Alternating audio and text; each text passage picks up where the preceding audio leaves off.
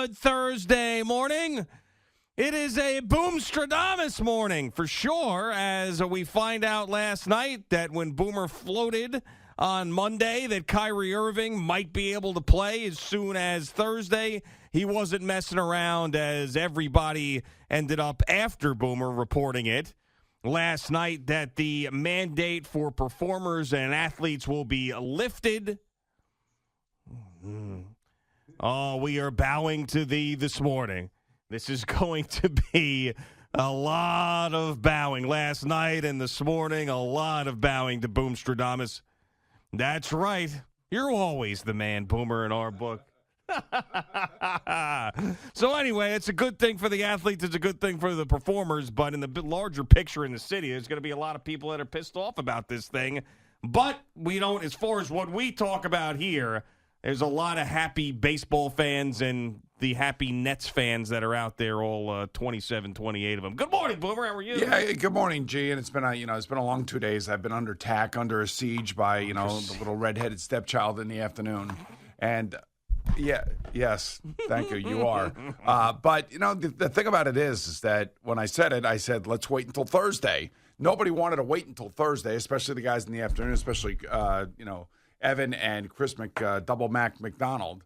McConnell, I should say. They were just attacking, and I just sat quietly by and just let them attack, and then just had to wait until it finally hit some liberal website, and then it hits a liberal website, and then all of a sudden now, I know what I'm talking about. So, I understand that, that what I said to Jerry on Monday morning was something that I had known and something I had found out, and I was fortunate enough to be in a loop on something, but I just wanted to let it play out over 2 days, and it did. And finally yesterday it breaks. And, the thing that breaks my heart is that it's not so much that he's doing it for the athletes and the Broadway performers and people that come in to perform at the different venues. That's fine.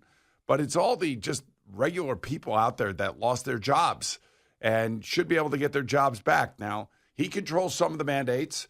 New York State controls some of the mandates. And then the federal dimwits control some of the mandates. So all of this crap should be wiped out, and everybody should be going back to work and trying to get this place back to normal. And it's the one thing that I do agree with the mayor is that, he is trying to get this place back to normal as quickly as possible. And, the powers that be behind him and things of that nature that tend him to lead his decision-making.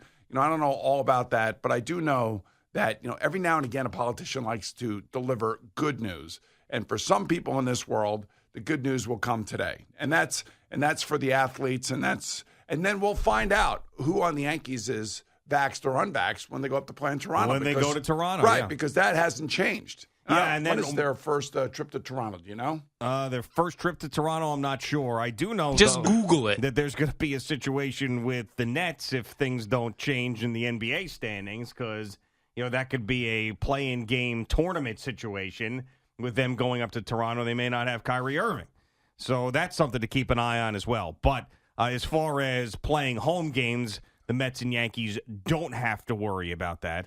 There was already phone calls to the overnight show of guys predicting what the playoffs are going to look like for the Yankees in Toronto. They've already got the Yankees and the Blue Jays playing in the playoffs, and Aaron Judge not playing in the series. It's like, let's just chill and see where we're at, come that time. Yeah, they visit Toronto May 2nd, 3rd, and 4th. That's a Monday, Tuesday, and Wednesday. So that's their first trip to Toronto.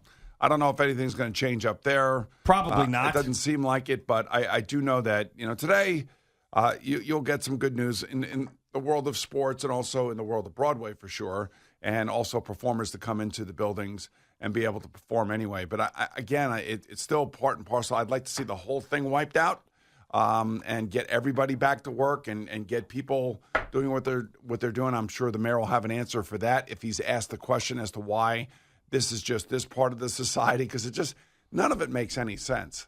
Like and you and I have been, I feel like we've been beating ourselves over the head with a hammer for 2 years now. I cannot wait. Once we're going to have a day today, we're going to talk about it. Things have changed.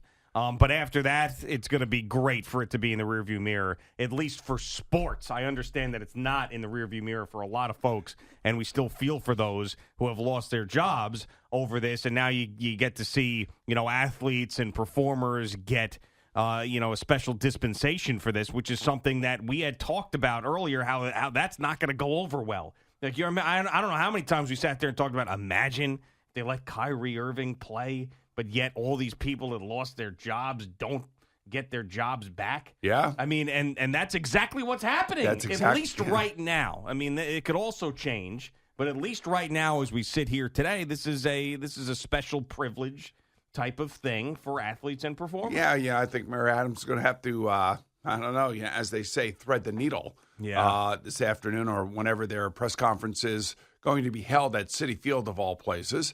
So I just... Hey, look, for me, it was just a matter of time before all people started coming to their senses. I just hope that they continue to come to their senses, and the people that really need the jobs get the jobs. Yeah, I mean, these athletes, if they miss a paycheck or two for Kyrie Irving, he's still going to make like $16 million this year. Sure. So, I have no sympathy for him at all whatsoever, but I do believe that he should be allowed to play, and I'm glad to finally get to that day where he can become a part of the Brooklyn Nets full-time now. Yeah, and it's not quite a coincidence, but I saw a report out there that Steve Cohen had donated $1.5 million to the Eric Adams campaign. Yeah, really surprising. And now all of a sudden you've got the press conference at Citi Field and the baseball players are allowed to play. It's amazing how this works. I mean, this is one of those things. This is the long history of greasing the skids in the worlds of politics. Oh, my goodness. You know what they say, money talks and bullcrap walks. That's right, exactly. Oh, man. So if you're someone who is a fireman or a police officer or a sanitation worker or something like that, just get $1.5 million together and send it over to the mayor's office, and maybe he'll change his mind about your vaccination status. Yeah, I mean, it's just the problem with all of it. It's the hypocrisy of everything. I know. And in politics, knows no bounds when it comes to hypocrisy. Yeah, I mean, we've seen it before. Remember that whole situation with what are we calling him now, Dumbo? The previous mayor. Yeah. So with Steve Cohen and buying the Mets, I mean, Steve Cohen's just getting raked over the coals all over the place. Playing the game, man. He's playing the game, and he has the money to do it. Yeah, he's playing the game because people are forcing him to play the game. I mean, he's got no choice. It was one of those things where, like, the previous mayor could have blocked him from buying the Mets somehow because Citi Field was in the 5 boroughs or whatever fakakta thing they came up with. Yeah. And then all of a sudden he's paying Mayor de Blasio millions of dollars to be able to shut him up about that. Next thing you know, that dick is wearing a Mets hat at a press conference. I mean, my God. Remember that? Yes. He's sitting there blocking the sale, and then the next thing you know, he's at a press conference with a Francisco Lindor jersey on. Yeah, the amazing thing to me is just how disingenuous all of this is. Yeah. And how I don't know who, like, to me, I know Eric Adams is going to make a lot of fans happy, sports fans happy, and Broadway fans happy. I understand all that. But you still have a very significant level of people that are not able to come back to work because of these mandates. Yeah. And again, like, he did not put them in place. He inherited all of this. And we're only essentially 3 months into his term here. So he's actually moving at light speed, if you think about it. No, for sure. In some respects, it's yes. a good thing. I don't want to claim that it's not a good thing, and I am happy to hear this, and I'm happy that we are sitting here talking about this happening. However, it is a tough pill to swallow when all you hear is follow the science. We're following the science. We are following the science. And then all of a sudden, follow the money. Yeah, and then the $1.5 million goes over there, and it's like, oh, okay, well, the baseball players can play. Let's go, opening day. Yep. There you go. mean, and then you're dead. Yeah, I think Jerry and Al said it perfectly. Yeah. Don't you? And then you're dead. Then you're dead is right. Right. And the other thing that happened in the middle of all of this yesterday is, one of the great wide receivers in the NFL gets traded out of the blue. Yeah, that happened from first, Kansas City. That actually happened first. And, it's interesting because Tyreek Hill just did not pick the Jets. The Kansas City Chiefs accepted both the Jets and the Miami offer. Yeah. And said, take a choice. You can go wherever you want. Now, I guess the Jets could have sweetened the offer if they wanted to, and then Kansas City would have then traded Tyreek to that was going to be my Jets. question. I mean, why is he allowed to choose when he doesn't have a no-trade clause? Well, because he's also coming from a team, much like Devontae Adams, coming from a team where he played really well for, put up huge numbers, was a big reason for a lot of their success, and the team felt, I guess, a loyalty to the player, which is something that seems to be taking over the league over the last few years, which is fine with me. I don't care. And then allow him to go pick where he wants to go.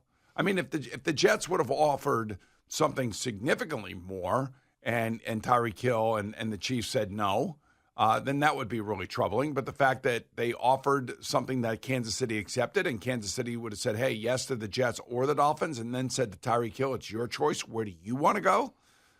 That's Tyreek Hill's choice. And there's no way he was going to pick the Jets over the Dolphins, and not because of where the teams are. It's because of everything else. I mean, it's the weather, it's the city, it's the no tax, it's the everything. Yeah. I mean, I'm sorry. You're just not going to pick the Jets over the Dolphins. The Jets would probably have had to offer between 10 and 15% more money. Yeah, I mean, it's just not. Once I saw that there was a choice, there was no chance that he was picking the Jets. So now he hooks up with Jalen Waddle and Mike Gesicki down there. Yeah, and Tua and Teddy Bridgewater. Yeah. Eek. I mean, the AFC just keeps getting stronger and stronger and stronger, man. It's unbelievable.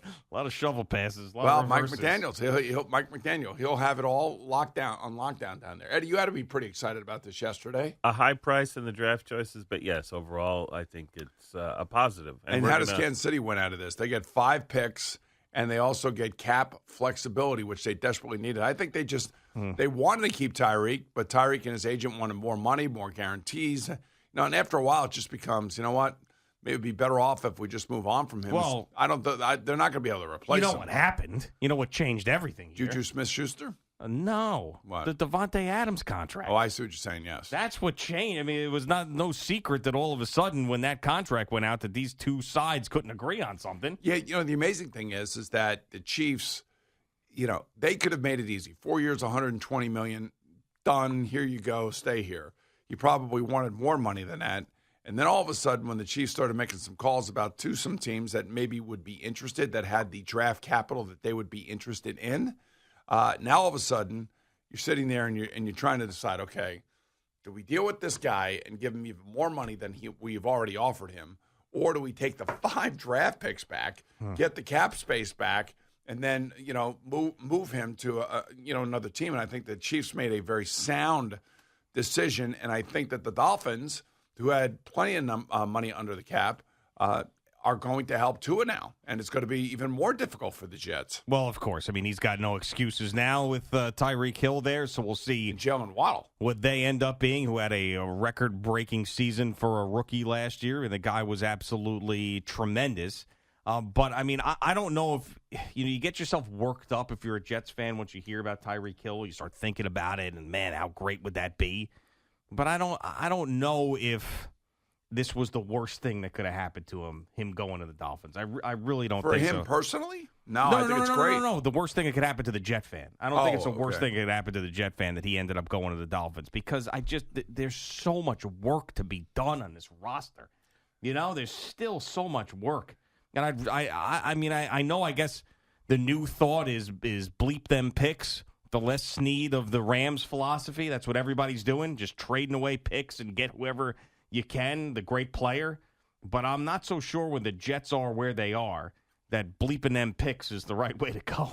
Well, I'll tell you one thing. I mean, you got Green Bay and Kansas City that have now bolstered their draft capital, if you will. And supposedly this draft is good through the first 4 rounds of quality players, maybe not so much for quarterbacks, but for other areas on your football team. Wide receivers will be one of them. I was watching some of the pro days yesterday. Those 2 kids at Ohio State are the real deal, man. Oh, man, are they good. And they are fast. They come out of their breaks. They catch everything that's thrown to them. It really looks like, it's going to be another great draft for young wide receivers.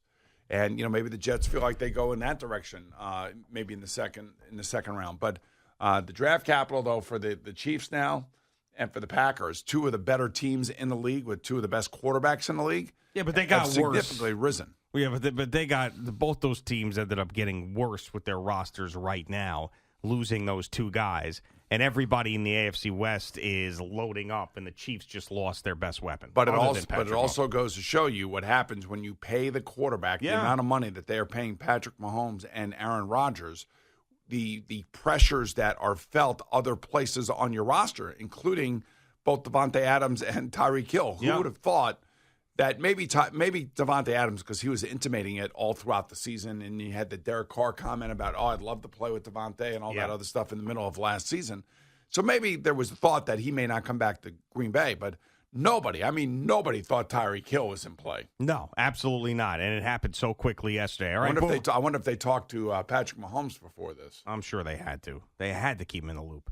All right, Boomer and Gio on the Fan and CBS Sports Network.